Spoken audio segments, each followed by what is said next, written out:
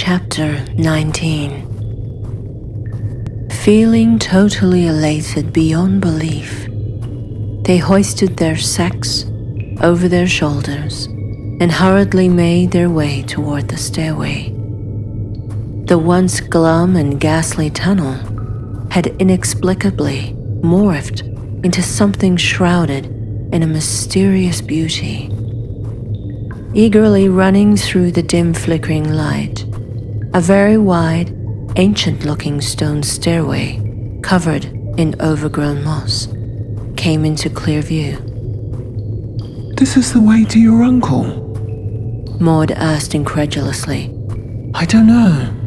Basil shrugged, just as flabbergasted as Maud. "It must be, and I'm not waiting a second more to find out."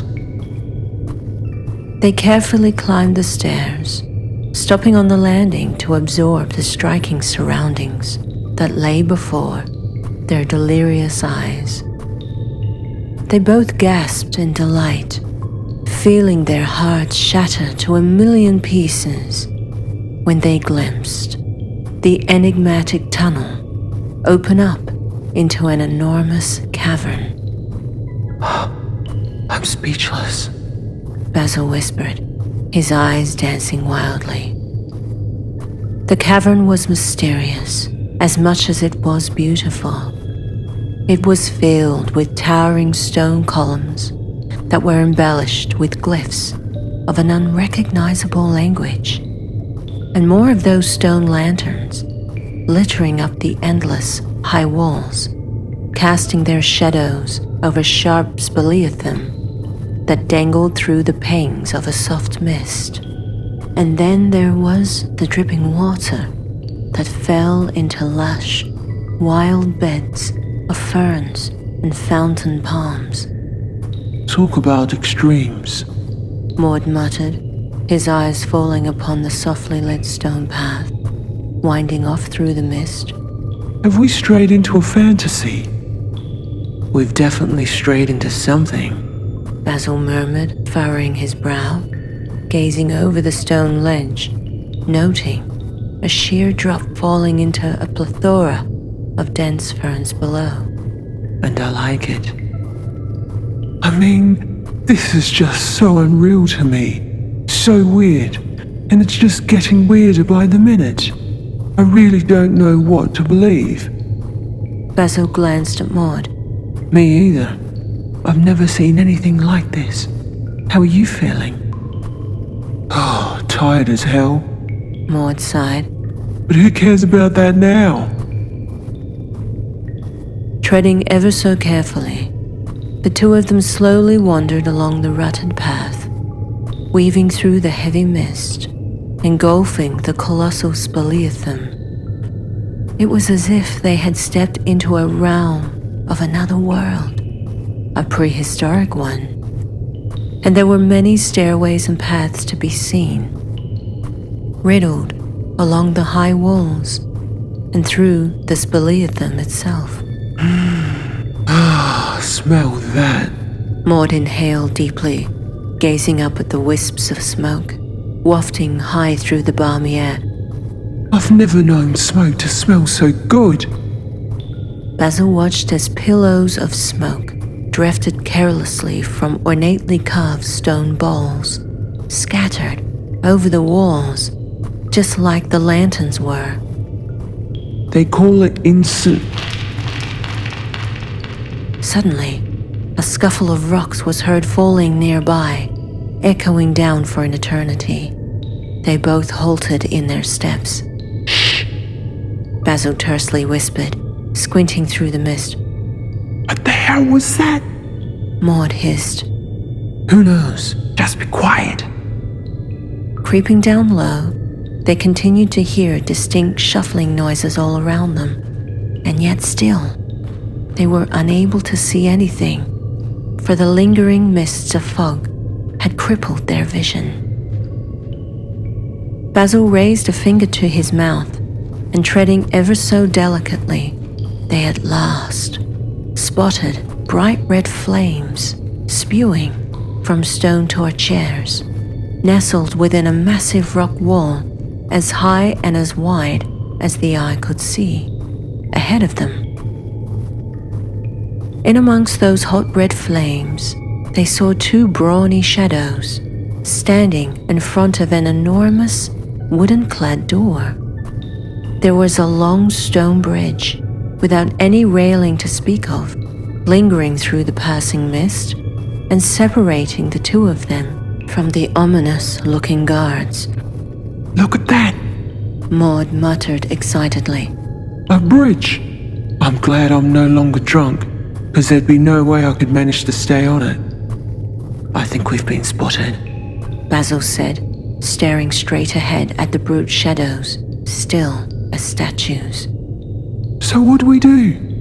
Maud wondered anxiously. Well, you can bet your pennies I'm not going back. Basil answered assuredly. He glanced over the edge of the stone path. More nothingness and fog. And I'm certainly not going down there. That big door looks enticing. Maud raised a brow, peering over the bridge. Wonder what's behind it. Yeah, Basil agreed. but I don't know about those giant shadows though. Shadows always make things bigger than what they are. Come on, let's go and introduce ourselves. Their worn boots gently crunched on the old stone beneath them as they crossed over the bridge, and with their breath pulling heavily at their exhausted lungs, they tried to escape the dread lurking within their hearts of what loomed in front of them. For as they drew slowly closer, the brawny shadows finally revealed strapping and unfriendly-looking men. Giant men. They soared over Basil and Maud. God, that's Denton times 10. Maud whispered aghast. They're the lost Goliaths. One punch from them would send us back to England. Stoic, yet peppered with an unbridled fierceness, the two monstrous men stood poised in a militant position, clutching polished swords that were drawn by their sides, waiting in silence as Basil and Maud drew closer toward them. Swords! Maud's voice shivered, coming to realize the extent of the ruthless domain they were entering. Chain armor? Are we back in the bloody 15th century? Who knows where we are?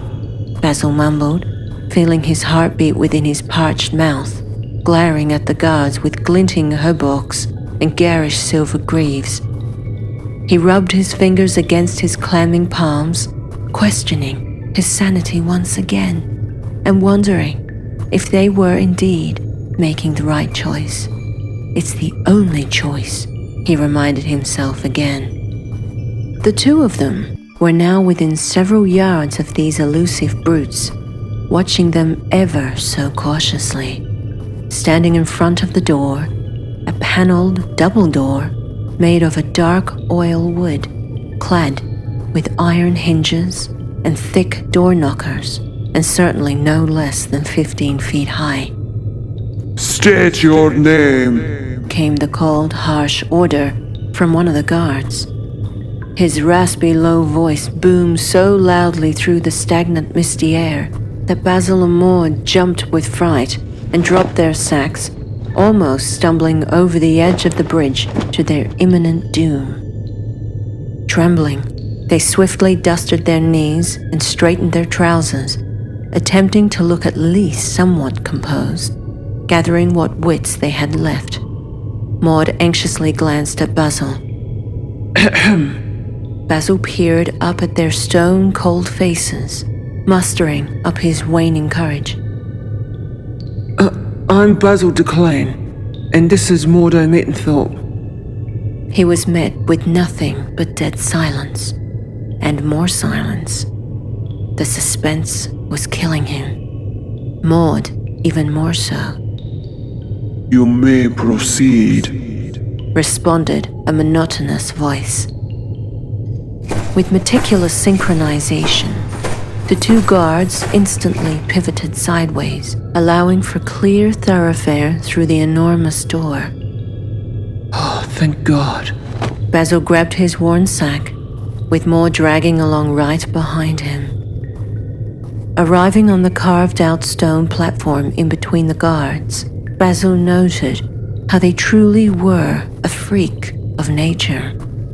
The guards transcended over them, more than 8 feet in height, and as their muscular finesse absorbed the jagged light from the burning flames, it revealed an abnormal strength that Basil hoped to never cross again.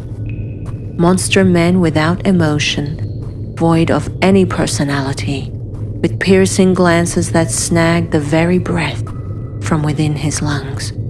Stop! The left guard roared abruptly.